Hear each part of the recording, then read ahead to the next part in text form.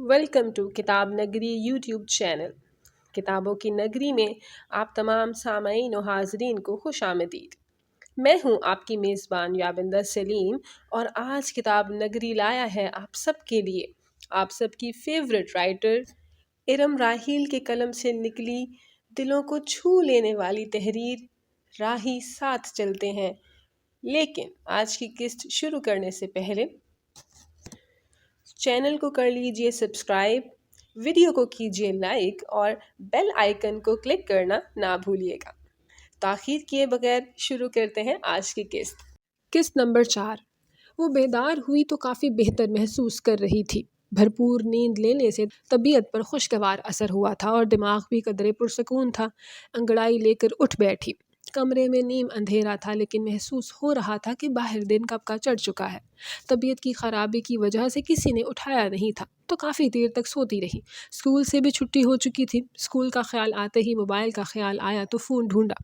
School سے phone تو ضرور آئے ہوں گے بغیر بتائے چھٹی جو کی تھی، لیکن پتہ نہیں فون کہاں تھا جو ملا نہیں۔ دونوں ہاتھوں کی انگلیاں ایک دوسرے میں پھنسائے بازو سیدھے کیے ہوئے کچھ دیر بیٹھی رہی۔ سوچیں پھر اسی نقطے پر جا رہی تھی۔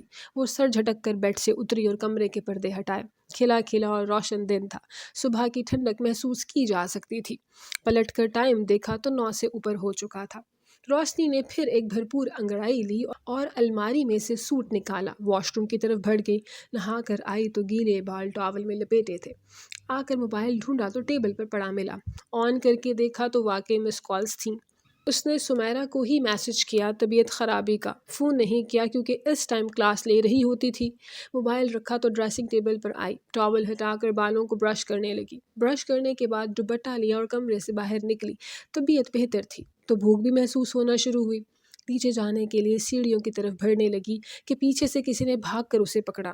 روشنی آپی، ہمنا کھلکھلاتے ہوئے بولی تھی۔ روشنی خوشگوار حیرت سے پلٹی اور نیچے جھک کر ہمنا کو گلے لگایا۔ ارے تم کب آئی؟ روشنی حیران تھی کہ کل تک تو کوئی اطلاع نہیں تھی آنے کی۔ صبح صبح آئے ہیں، پاپا کہتے ہیں سرپرائز دیں گے، ہمنا خوشی سے بتا رہی تھی۔ اچھا، روشنی نے شرارت سے لفظ لمبا کھینچا۔ جی، ہمنا نے بھی ویسے لمبا کیا تو روشنی کو ہنسی آ گئی۔ دونوں ایک دوسرے کا ہاتھ پکڑے سیڑھیاں نیچے اترنے لگی۔ سب ڈرائنگ روم میں تھے اور وہ اندر گئی اور سب مل کر چچی کے ساتھ بیٹھی تھی۔ سب سے مل کر چچی کے ساتھ بیٹھی تو چچی نے اس کی طبیعت کے بارے میں پوچھنے لگی۔ روشنی بھابھی نے بتایا کہ بخار تھا تمہیں، اب کیسی طبیعت ہے؟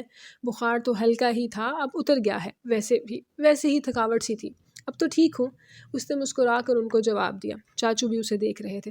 جاؤ اقرا آپی کے لیے ناشتہ بنا کر لاؤ، ہم سب تو کر چکے ہیں۔ سلمیٰ نے اقرا کو کہنے کے بعد روشنی سے کہا تو روشنی اسبات میں سر ہلاتے ہوئے چاچو سے بولی، چاچو اتنا اچھا سرپرائز دیا آپ نے، اور کسی کو بتایا بھی نہیں۔ اس کی آواز میں خوشی تھی۔ ارے اگر بتا دیتا تو سرپرائز کیسے رہتا؟ ویسے بھی ایک اور سرپرائز ہے، اب روشنی بھی آ گئی ہے تو سب کو بتاتا ہوں۔ اقرا رکو ابھی۔ چاچو کی بات پر اقرا بھی جاتے جاتے واپس آ گئی، جبکہ چاچو کہنے کے بعد سسپینس پھیلانے والے انداز میں دیکھ رہے تھے۔ چاچی بھی مسکرا رہی تھی، یعنی وہ بھی جانتی تھی، جبکہ بچوں کے انداز سے لگ رہا تھا کہ وہ بے خبر ہے۔ بتائیں نا پاپا، احد بے صبری سے بولا۔ وہ خبر یہ ہے کہ چاچو سب کے تجسس بھرے چہروں پر نظر دوڑاتے ہوئے سسپینس کے انداز میں بول رہے تھے۔ ان کا مزید ستانے کا انداز تھا کہ اب امی نے انہیں ٹوکا۔ ارے ہمدان، بتا بھی دو اب۔ اچھا بتاتا ہوں تو ایسے کہ میرا ٹرانسفر لاہور ہو گیا ہے۔ کیا واقعی؟ امی نے خوشی سے پوچھا۔ باقی سب کے چہروں پر بھی حیرت و خوشی کے تاثرات تھے۔ سچ پاپا؟ بچے خوشی سے جھوم اٹھے۔ ہاں بھئی بالکل سچ، اب کے ہمدان ہنستے ہوئے بولے۔ روشنی نے حیرت سے چچی کو دیکھا تو انہوں نے اسبات میں سر ہلایا تو روشنی خوشی سے ان سے لپٹ گئی، جبکہ امی ہاتھ اٹھا کر شکر ادا کرنے لگی۔ یہ بہت اچھی خبر ہے ہمدان، بابا نے ان کے ہاتھ پر ہاتھ رکھ خوشی بھرے لہجے میں کہا۔ وہ دونوں ایک ساتھ صوفے پر بیٹھے تھے۔ ہمدان بھائی سادہ سے انداز پر مسکرا دیے۔ جانتے تھے کہ جب وہ یہاں سے گئے تھے تو کوئی بھی خوش نہیں تھا، لیکن مجبوری تھی۔ وہ تو کب کے کوشش میں تھے کہ ٹرانسفر ہو، لیکن اب ہو ہی گیا تھا۔ وہ سب کے چہروں پر چھائی خوشی دیکھ سکتے تھے۔ بچے اسی خوشی میں پارٹی کرنے کے پروگرام بنانے لگے۔ روشنی، چچی، اقرا اور امی بھی شامل تھیں۔ ہمدان بھی مشورہ دینے لگے۔ بابا مسکراتے ہوئے سب کو دیکھ رہے تھے۔ دوپہر کو امی اور ان سب نے مل کر پرتکلف کھانے کی تیاری کی اور رات کو چاچو گھر کے باہر لے گئے۔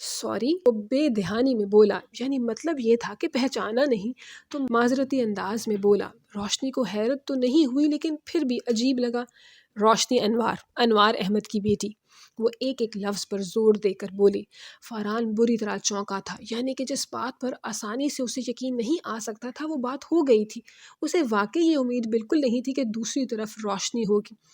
سوری، میں نے پہچانا نہیں تھا۔ روشنی کے بولنے کے سے انداز سے پتہ لگ گیا تھا کہ اسے برا لگا ہے، تو وہ معذرتی انداز میں بولا، لیکن لہجہ اب بھی بے نیاز تھا۔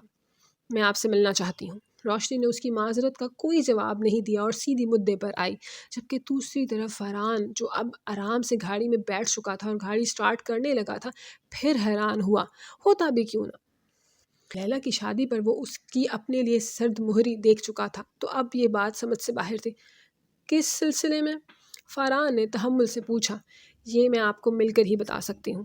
روشنی کا انداز وہی تھا۔ ایک پل فرحان کو سمجھ نہیں آئی وہ کیا بولے۔ میں تو ابھی اسلام آباد میں ہوں۔ وہ خاموش ہوا کہ روشنی کچھ کہے گی۔ ٹھیک ہے، میں لاہور آ کر ہی بتا سکتا ہوں۔ وہ کچھ نہیں بولی تو ناچار اسے ہی بولنا پڑا۔ اوکے، روشنی کہہ کر فون رکھ چکی تھی۔ اب آگے کیا کہتی کہ کب آئیں گے آپ، اسے بات ختم کرنا ہی مناسب لگا، جبکہ وہ سوچ رہا تھا اس سے ایسا کیا کام آ گیا اس کو۔ لیکن خیر، وہ گاڑی سٹارٹ کر کے پارکنگ سے نکلنے لگا۔ اس وقت اسے بھول چکا تھا کہ جس بندی کا نام وہ پہچانا نہیں، اس سے شادی کے لیے وہ اپنی ماں کو ہاں کر چکا تھا۔ جس وقت لاہور پہنچا رات کے 10 بج رہے تھے۔ ہارن دینے پر چوکی دار نے گیٹ کھولا اور اسے دیکھ کر سلام کیا۔ وہ سر کے اشارے سے جواب دیتے ہوئے گاڑی اندر لے گیا۔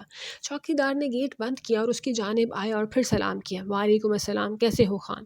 بالکل ٹھیک صاحب جی، آپ سنائیں، سفر ٹھیک رہا؟ ٹھیک۔ ایسا کرو، گاڑی میں سے سامان نکال کر اندر لے آؤ۔ گاڑی میں اسے اپنا موبائل، چابی، پرس نکال کر اس نے خان کو کہا۔ وہ جی صاحب جی کہہ کر بیگ نکالنے لگا، جبکہ فاران اندر کی جانب بڑھ گیا۔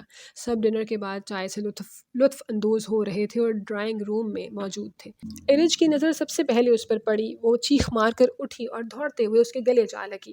باقی سب بھی خوشگوار حیرت سے دیکھنے لگے۔ واٹ اے سرپرائز، تیمور ملتے ہوئے بولا۔ آنا تو 2 دن بعد تھا، لیکن آج مصروفیت ختم ہوئی تو سوچا آج ہی چلتا ہوں۔ وہ مسکراتے ہوئے سکندر صاحب کے برابر صوفے پر بیٹھ گیا۔ بہت اچھا کیا جو آ گئے، کھانا لگواؤں؟ زاہدہ بیگم نے محبت سے اسے دیکھتے ہوئے پوچھا۔ جی، بھوک تو لگی ہے۔ جاؤ ارج بھائی کے لیے کھانا گرم کرو۔ نسرین دیکھو ہے یا چلے گی؟ بھائی کے لیے تازہ روٹی بنانا۔ بچے کہاں ہیں؟ فرحان نے بچوں کا پوچھا۔ سومیا سلانے گئی ہے تینوں کو، بابا نے جواب دیا اور اس کے کام کے متعلق پوچھنے لگے۔ کچھ دیر بعد کام کی نوعیت کی باتیں ہوتی رہیں تو ارج نے کھانا لگنے کا کہا، تو اس نے اٹھتے ہوئے ان سب کو بھی ساتھ دعوت دی۔ بیٹا ہم تو کھانا کھا چکے اور چائے بھی پی چکے، تم کھاؤ آرام سے۔ جواب میں بابا نے کہا تو وہ ہاتھ منہ دھونے کے لیے ڈرائنگ روم سے ملحقہ واش روم کی طرف بڑھ گیا۔ ڈائننگ ٹیبل پر آیا تو ارج اس کے انتظار میں بیٹھی تھی۔ وہ کرسی گھسیٹ کر بیٹھا اور اپنے لیے سالن نکالنے لگا۔ تم کب آئی؟ کھانا کھاتے ہوئے اس نے پوچھا۔ آج ہی، ارج نے اپنے خوبرو بھائی کو دیکھتے ہوئے جواب دیا۔ عمر کیسا ہے؟ ٹھیک ہے۔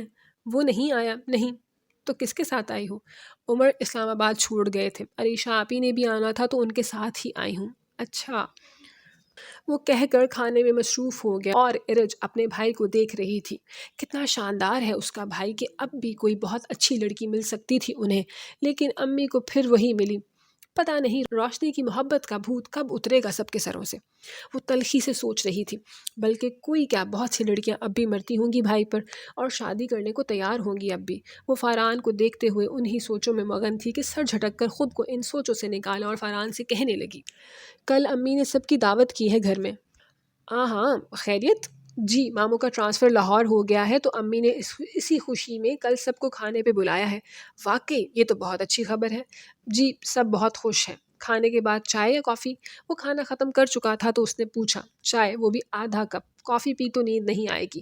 وہ کہہ کر نیپکن سے ہاتھ صاف کرتا ہوا اٹھا اور ارج کے گال کو شفقت سے تھپ تھپا کر ڈرائنگ روم میں چلا گیا، جہاں سب اسی کا انتظار کر رہے تھے۔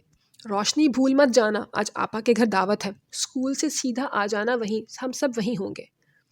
وہ جلدی جلدی ناشتہ کر رہی تھی کہ امی نے ایک مرتبہ پھر یاد دہانی کروائی۔ انہیں اس کے موڈ کے پیش نظر شبہ تھا کہ شاید وہ ڈنڈی مار جائے۔ روشنی نے اپنی ماں کے چہرے کو دیکھا جو اسے ہی دیکھ رہی تھی۔ پاس ہی چچی بھی بیٹھی تھی اور عریشہ بھی جو کل ہی آئی تھی۔ روشنی کو لگ رہا تھا سب اس کے گرد گھیرا تنگ کر رہے ہیں۔ اسے عریشہ کی بے وجہ آمد کھٹک رہی تھی۔ امی کا تو خیال تھا کہ وہ چھٹی کر لیتی مگر روشنی نہیں مانی، جبکہ اقرا گھر ہی تھی۔ خیر وہ ناشتہ کر چکی تو اللہ حافظ کہہ کر باہر نکل گئی۔ امی کی پرسوچ نگاہوں نے اس کا پیچھا کیا تھا۔ عریشہ اپنے بیٹے کو ناشتہ کروا رہی تھی۔ امی کے تفکر بھرے چہرے کو دیکھنے لگی جو انجانی سوچ میں ڈوب گیا تھا۔ چاچی میں کون سے کپڑے پہنوں؟ اقرا نے امی کا دھیان بھٹانے کے لیے بات چھیڑی، پر ان کی سوئی پھر روشنی پر جا رکی تھی۔ روشنی کو دیکھو ذرا، کتنی دفعہ بتایا پھر بھی وہی۔ انہوں نے بات ادھوری چھوڑ دی۔ وہ سب سمجھ گئیں کہ ان کا اشارہ روشنی کے کپڑوں کی طرف تھا۔ امی بچی تھوڑی ہے وہ، اور اچھی لگ رہی تھی۔ ہاں جو 2 بجے تک ایسے ہی رہے گی، گرمی دیکھو کتنی ہے۔ عریشہ کے کہنے پر انہوں نے کہا تو وہ چاچی کو دیکھ کر رہ گئی۔ اچھا بھابھی دوپہر کے لیے کچھ پکائیں یا نہیں؟ ویسے تو سبھی آپا کی طرف جائیں گے۔ چچی نے اسے آنکھ سے اشارہ کیا اور دوپہر کے کھانے سے متعلق پوچھنے لگی۔ پتہ نہیں دھیان بٹا کے نہیں پر موضوع بدل گیا تھا، جبکہ روشنی کا اسکول تک کا سفر سوچوں میں مصروف تھا۔ اندر سب ہی موجود تھے، کچھ بچوں کا شور بھی تھا جس کی وجہ سے وہ کال سننے باہر لان میں آیا اور غیر ارادی طور پر کال کرتے ہوئے بیرونی دروازہ عبور کر گیا اور گیٹ کے ایک طرف ہو کر کال پر بات کرنے لگا۔ یہ ایک غیر مصروف سڑک تھی کیونکہ مین روڈ سے کچھ دور تھی۔ یہاں پر زیادہ رہائشی مکین کی ہی آمد و رفت تھی تو کبھی کبھی ہی کوئی گاڑی چلتی نظر آتی تھی۔ وہ فون پر بات کر رہا تھا کہ گیٹ میں سے پہلے تو عریشہ کا بیٹا معیز باہر آیا، پھر اس کے پیچھے پیچھے فرخ خان دونوں کو دیکھنے باہر آیا تو فرحان کے اشارہ کرنے پر واپس چلا گیا۔ دونوں ہی ایک جتنے تھے اور اپنے ہی انداز میں کھیل میں مگن تھے اور جانے اپنی زبان میں کیا کیا ایک دوسرے کو سمجھا رہے تھے۔ اسی وقت سامنے سڑک پار رکشہ رکا تھا۔ چونکہ وہ گیٹ کے بالکل سامنے رکا تھا تو فرحان کے ساتھ ساتھ بچے بھی ادھر متوجہ تھے۔ رکشے میں سے روشنی نکلی تو معیز اسے دیکھتے ہی بھاگنے لگا اور فرخ بھی اس کے پیچھے پیچھے۔ واپس آ جاؤ دونوں جلدی۔ ان کو ایک دم بھاگتے دیکھ کر فرحان نے دونوں کو ڈانٹا۔ اگر ایک دم کوئی گاڑی آ جاتی تو وہ دونوں ابھی آدھی سڑک پر بھی نہیں پہنچے تھے۔ فرحان کے غصے سے بولنے پر سہم کر واپس چلے گئے اور فرحان سے فاصلہ رکھ کر کھڑے ہو گئے۔ یہ ان کا خف کی دکھانے کا انداز تھا۔ دونوں کے منہ پھول چکے تھے ناراضگی سے۔ روشنی جو رکشے والے کو پیسے دے رہی تھی آواز پر ان کو مڑ کر دیکھنے لگی اور مڑ کر دیکھنے پر اسے فرحان اور اس سے کچھ دور وہ دونوں کھڑے نظر آئے۔ اس نے مڑ کر رکشے والے سے بقایا پیسے پکڑے۔ فرحان کو دیکھ کر اسے حیرت ہوئی لیکن اس نے ظاہر نہیں کیا۔ والیٹ میں پیسے رکھ کر والیٹ ہینڈ بیگ میں ڈالا۔ رکشہ والا رکشہ موڑ کر جانے لگا تو وہ بھی سڑک کراس کرنے لگی کہ بیگ میں سے موبائل بجنے لگا۔ اس نے وہیں کھڑے ہو کر موبائل نکالا تو اسکول سے میم کی کال تھی۔ وہ تھوڑی سی حیران ہوئی، میم کم ہی کال کرتی تھی، کوئی ضروری بات ہی تھی جو ان کی کال آئی تھی۔ خیر اس نے کال اٹینڈ کی اور وہیں کھڑی ہو کر بات کرنے لگی۔ سلام کے بعد اس سے اسکول کی ایک ٹیچر کا نمبر مانگ رہی تھی جو بغیر اطلاع کے کافی دنوں سے غیر حاضر ہو رہی تھی اور اس ٹیچر کا دیا گیا نمبر آف جا رہا تھا۔ ساتھ ہی وضاحت بھی دی کہ انہیں اسکول میں پوچھنا یاد نہیں رہا۔ روشنی کے پاس بھی چونکہ وہی نمبر تھا تو کنفرم کرنے کے بعد کال بند ہو گئی تو وہ سڑک پار کرنے لگی۔ سڑک بالکل خالی تھی تو وہ فون بیگ میں رکھتے بے فکری سے پار کرنے لگی کہ بائیں سائڈ سے ایک تیز رفتار موٹر سائیکل اچانک ہی آئی تھی اور بائک والے کو بچانے کی کوشش کے باوجود بھی دیکھتے ہی دیکھتے بائک کی ٹکر روشنی کو لگی۔ روشنی کو تو سمجھ ہی نہیں آیا کہ ہوا کیا۔ اس کا بیگ نیچے اس سے کچھ دور جا کر گرا تھا، جبکہ اپنے سر کو زمین پر لگنے سے بچانے کے لیے اس کی دونوں ہتھیلیاں بری طرح رگڑ کھا چکی تھی، لیکن پھر بھی سر زمین پر لگا تھا اور بائک والا لڑکا بھی بائک سمیت گر چکا تھا۔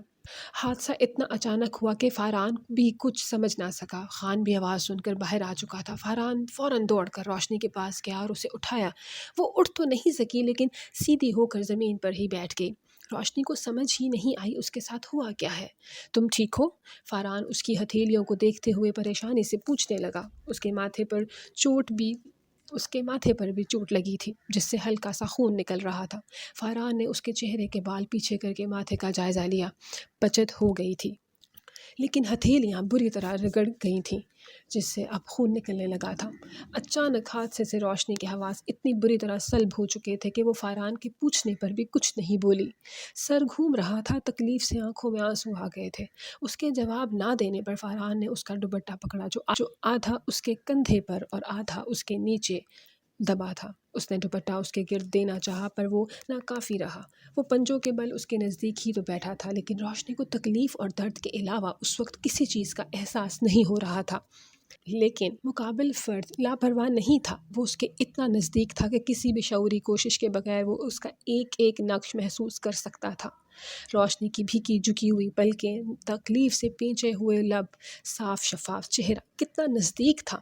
گرنے کی وجہ سے بال چہرے پر آ گئے تھے۔ بے ساختہ فاران کا ہاتھ پڑا اور اس کے چہرے پر آئے بال نرمی سے پیچھے کیے تھے۔ فاران کو اس پل کیا ہوا تھا وہ سمجھ نہیں سکا، لیکن روشنی اسے اس وقت احساس ہی کب ہوا تھا بھلا۔ اٹھو، اندر چلو، اس نے اس کے سراپے سے نظریں چرا کر کہتے ہوئے اسے کوہنی سے پکڑ کر اٹھانا چاہا تو روشنی نے تکلیف سے سسکی بھری۔ تبھی فاران کو اندازہ ہوا کہ اس کی کوہنی پر بھی چوٹ آئی ہے۔ اب کہ اس نے اسے دونوں طرف سے کوہنیوں کے اوپر بازو سے پکڑا اور پوری قوت سے اسے کھڑا کیا۔ فاران کو اس کا اس حالت میں سڑک پر بیٹھنا کسی بھی طرح مناسب نہیں لگ رہا تھا۔ وہ کھڑی ہوئی اور لڑکھڑا بھی گئی۔ اگر فاران نے اسے تھاما نہ ہوتا تو گر جاتی۔ فاران نے ایک ہاتھ سے اس کے کندھے سے لٹکتا دوپٹہ پکڑا اور کھول کر اس کے گرد لپیٹا۔ اسی پل روشنی نے نظریں اٹھا کر اسے دیکھا تھا۔ پانی بھری آنکھیں فاران کو بہت نزدیک محسوس ہوئی تھیں۔ دونوں کی نظریں کچھ پل ایک ہوئی تھیں، اور اس ایک پل کے تعلق کو روشنی نے ہی توڑا تھا۔ اور فاران کہیں تو کچھ تو ہوا تھا، وہ سمجھ نہیں سکا۔ نہ جانے وہ کون کون سی دعائیں تھیں جو اس ایک پل میں پوری ہوئی تھیں۔ کسی نے تو کی ہوں گی دعا۔ اس وقت ملا کہ جس نے مانگا تھا اسے احساس تک نہ ہوا تھا اس ایک پل کے گزرنے کا، لیکن اثر کرنے والے پر ایک پل بھی پوری طاقت سے اترا تھا۔ فاران نے سنبھل کر اس کے کندھوں کے گرد بازو لپیٹ کر اس سے لیے آہستگی سے آگے بڑھنے لگا۔ وہ بھی تکلیف برداشت کرتے ہوئے آہستہ آہستہ قدم اٹھانے لگی۔ بائک سیدھے آ کر ٹانگ پر لگی تھی۔ چلتے وقت تکلیف ہو رہی تھی۔ فاران نے بائک والے کی طرف نظر کی تو اسے بھی خان اٹھا چکا تھا۔ ہیلمٹ کی وجہ سے وہ کسی گہری چوٹ سے بچ چکا تھا، لیکن گرنے کی وجہ سے چوٹیں تو اسے بھی لگی تھیں۔ دیکھا جائے تو غلطی دونوں کی تھی۔ وہ لڑکا بھی کم عمر تھا، اس لیے خود کو بر وقت سنبھال نہ سکا اور نتیجتاً حادثہ ہوا۔ وہ اسے لے کر اندر پہنچا تو سب لوگ بھی باہر آ ہی رہے تھے۔ سب سے آگے ہمدان تھے اور ساتھ تیمور بھی۔ کیا ہوا، یہ کیسے ہوا؟ یہ بچے ہی بتا رہے تھے۔ ہم تو سمجھے یوں ہی کہہ رہے ہیں، پر یہ بار بار روشنی کا نام لے رہے تھے۔ ہمدان پاس پہنچ کر بولے تو روشنی ان کو دیکھ کر روتے ہوئے ہمدان کے سینے لگ گئی۔ کیا زیادہ چوٹ لگی ہے؟ ہوا کیسے یہ؟ روشنی کے رونے پر وہ پھر فاران سے پوچھنے لگے تو فاران نے گہری سانس لی اور بولا، آپ اسے لے کر اندر تو چلیں، باہر لڑکا بھی گرا ہے، اسے دیکھ لیں، پھر بات ہوتی ہے۔ اس کے کہنے کے ساتھ ہی تیمور بھی اس کے ساتھ باہر گیا، جبکہ سب حیران پریشان صورتحال سمجھنے کی کوشش کر رہے تھے اور روتی ہوئی روشنی کو دیکھ رہے تھے۔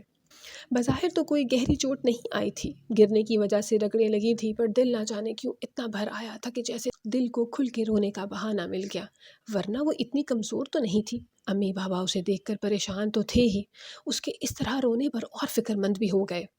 تقریباً سب اس کے گرد گھیرا ڈالے کھڑے تھے، اور سب سے پیچھے فاران صوفے کی پشت پر ہتھیلیاں رکھے تھوڑا سا جھک کر کھڑا تھا۔ اسے روشنی تو نظر نہیں آ رہی تھی، لیکن اس کے رونے کی آواز سنائی دے رہی تھی۔ فون کر کے بائک والے لڑکے کے گھر والوں کو بلایا تھا۔ لڑکا ڈرا ہوا تھا، گھر والوں کا جانے کیا رد عمل ہو۔ خیر لڑکے کو اس کے گھر والے لے کر جا چکے تھے۔ وہ اندر آیا تو روشنی رونے میں مصروف تھی۔ صف کے استغفار پر سب کو گزری واردات بتائی۔ اب ظاہر ہے روشنی تو رونے کے علاوہ کچھ بول نہیں رہی تھی۔ فاران کو سمجھ نہیں آ رہا تھا وہ اتنا رو کیوں رہی ہے۔ خیر اس نے ساری بات بتا دی۔ یہ بھی ایک مشکل مرحلہ تھا۔ فاران کچھ بولتا تو ساتھ ہی سوال شروع ہو جاتے۔ اللہ اللہ کر کے جب بات آ چکا تو آمنہ آپا شروع ہو گئی۔ ساتھ ساتھ روشنی کی سسکیاں بھی جاری تھیں، جو اب اپنی امی کے گلے لگی ہوئی تھی اور ان کو بھی پریشان کر رہی تھی۔ پتہ نہیں یہ چٹاک گھر کے بچوں کو کیوں دے دیتے ہیں ماں باپ موٹریں۔ بڑی پھپھو بولی تو آج جو باپ کے کہنے پر میڈیکل سٹور سے چیزیں لے کر آیا تھا، ہون نقصہ بڑی پھپھو کا منہ دیکھنے لگا۔ اب ظاہر وہ بھی چٹانگ بھر کا ہی تھا نا جو بائک پر میڈیکل سٹور گیا تھا، لیکن وہ اس کی طرف متوجہ نہیں تھی۔ فاران نے بڑی مشکل سے ہنسی ضبط کی، جبکہ بڑی پھپھو کا ہمارا دور نامہ شروع ہو چکا تھا اور نہ جانے کتنا چلنا تھا۔ آدھے لوگ ان کا ہمارا دور سن رہے تھے اور آدھے لوگ روتی روشنی کو تسلیاں دے کر چپ کروا رہے تھے۔ بس کرو اب۔ آخر چاچو نے اسے ڈپٹا تو سو کرتے اس نے رونا بند کیا۔ پاگل، اٹھو اور منہ ہاتھ دھو کر آؤ، شکر کرو بچت ہو گئی ہے۔ پتہ نہیں کب تک یہ سین چلتا کہ ہمدان کی برداشت جواب دے گئی۔ ان کے بولنے روشنی نے تو رونا بند کیا ہی کیا، پھپھو بھی چپ ہو گئی اور کمرے میں بھلی سی خاموشی بھی چھا گئی، اور فاران کو تو بہت ہی بھلی لگی۔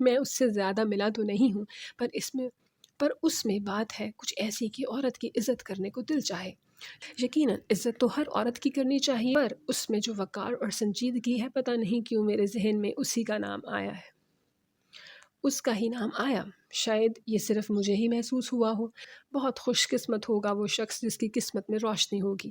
عمر کا انداز سادہ تھا۔ خیر بات تب تو آئی گئی ہو گئی۔ ارج کے دماغ میں یہ بات نہ چاہتے ہوئے بھی بیٹھ گئی تھی، جبکہ عمر نے اس کے بعد کبھی روشنی کا خاص ذکر نہیں کیا تھا۔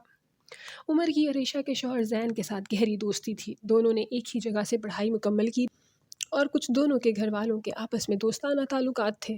پھر عمر پڑھائی کے سلسلے میں اسلام آباد میں تھا۔ زین گھر میں سب سے بڑا تھا، تو پڑھائی مکمل ہوتے ہی اس کی شادی عریشہ کے ساتھ ہو گئی تھی، اور یہ اتفاق ہی تھا کہ عمر اور عریشہ کی شادی کے بعد روشنی 2 مرتبہ اسلام آباد آئی تھی، اور دونوں مرتبہ اس کی ملاقات عمر سے ہوئی تھی، جو کہ مختصر تھی، لیکن پھر بھی عمر نے گھر جاتے ساتھ ارج سے ذکر کیا تھا، اور ارج ان دنوں ویسے بھی ذروہ کے ساتھ کافی فرینک ہو چکی تھی، تو اس ذکر نے اس پر کسی اور ہی انداز میں اثر کیا تھا۔ اس نے ماموں کی فیملی سے ملنا کم کر دیا، یہاں تک کہ لیلا کی شادی پر بھی نہیں گئی تھی، لیکن عمر کی وجہ سے زین اور عریشہ سے ملنا جلنا قائم تھا، کیونکہ وہ خود کو تو روک سکتی تھی لیکن عمر کو نہیں، اور یہی وجہ بنی تھی اس کی روشنی سے نفرت کی، اور اب اتنے عرصے بعد وہ پھر سے ان کی زندگیوں میں شامل ہونے جا رہی تھی۔ ارج کو کسی قیمت پر یہ منظور نہیں تھا۔ امی کو تو نہ منا سکی، لیکن وہ فاران سے بات کرنے کی ٹھان چکی تھی۔ جی تو سامعین و حاضرین، کیسی لگی آپ کو آج کی قسط؟ امید کرتی ہوں آپ کو پسند آئی ہوگی۔ اپنی رائے سے ہمیں کمنٹ سیکشن میں ضرور آگاہ کیجیے گا۔ اگلی قسط تک کے لیے اپنا خیال رکھیے۔ اللہ حافظ۔